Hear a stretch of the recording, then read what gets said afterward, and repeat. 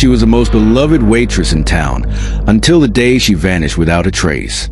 Locals feared a predator had slipped into their quiet community.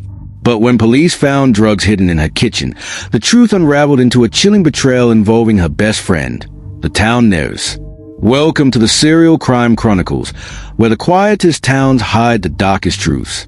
We uncover the chilling real-life stories of ordinary people caught in extraordinary webs of crime, betrayal, and deception. From vanishing waitresses to smiling neighbors turned killers, we bring you the crimes they thought they buried until now.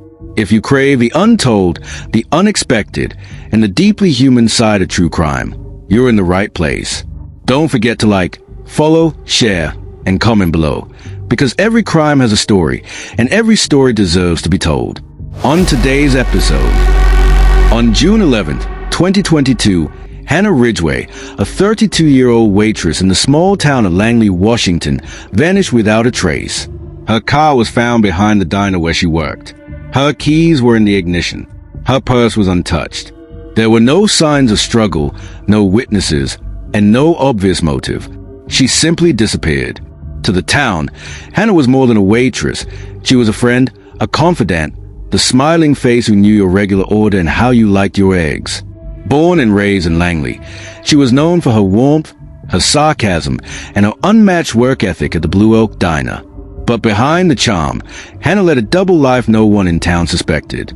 Sheriff Bill Henley, a lifelong Langley resident, launched an immediate missing persons investigation. The initial theory was a random abduction, perhaps a passerby or a long-haul trucker. Locals rallied. Flyers went up. Search dogs combed the woods. But on day 3, Hannah's best friend and co-worker, Melissa Harrow, came forward. She'd been acting different, Melissa said. And I think she was hiding something. That tip changed everything. A deeper search of Hannah's modest home uncovered a false drawer beneath the sink. Inside, dozens of prescription bottles, including fentanyl and oxycodone, burned phones, a coded ledger. More shocking was a hidden journal. In it, Hannah confessed, "I made a deal I can't undo. If I disappear, it won't be a stranger." She had been quietly dealing opioids, and she was afraid. Detectives quickly zeroed in on Gabe Riker, Hannah's former boyfriend and a known drug user. The two had a volatile history and had recently reconnected. But Gabe was found dead 2 days after Hannah's disappearance, an apparent overdose. With him went the town's first solid lead. 10 days into the case, detectives obtained security footage from a gas station 15 miles north of Langley. At 11:32 p.m. on the night she vanished, Hannah was seen entering a black SUV. The driver? Lindsay Maddox, Langley's beloved nurse, PTA mom, church choir singer. A woman no one would suspect. Lindsay was brought in for questioning. For 72 hours, she maintained her innocence. Then she broke. She admitted to running a small opioid distribution network, using her nursing credentials to falsify prescriptions. Hannah had been her partner. She moved the product. Lindsay made it appear clean. But when Hannah wanted out and threatened to go to the police, Lindsay panicked.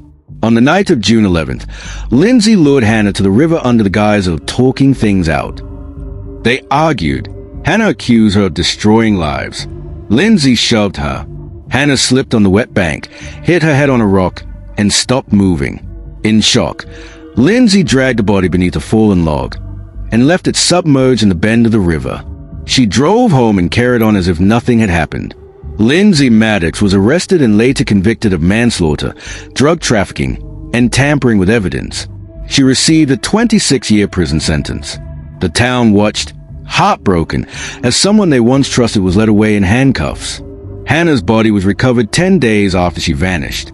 Langley mourned, not just for the loss of a woman they loved, but for the shattering of their illusion of safety. The Blue Oak Diner closed for a week.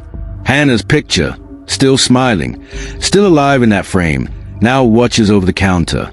What shocked the town most wasn't the drugs, wasn't even the murder. It was who did it. Not a monster, not a stranger. It was someone who brought you soup when you were sick, who hugged your kids, who called Hannah a sister,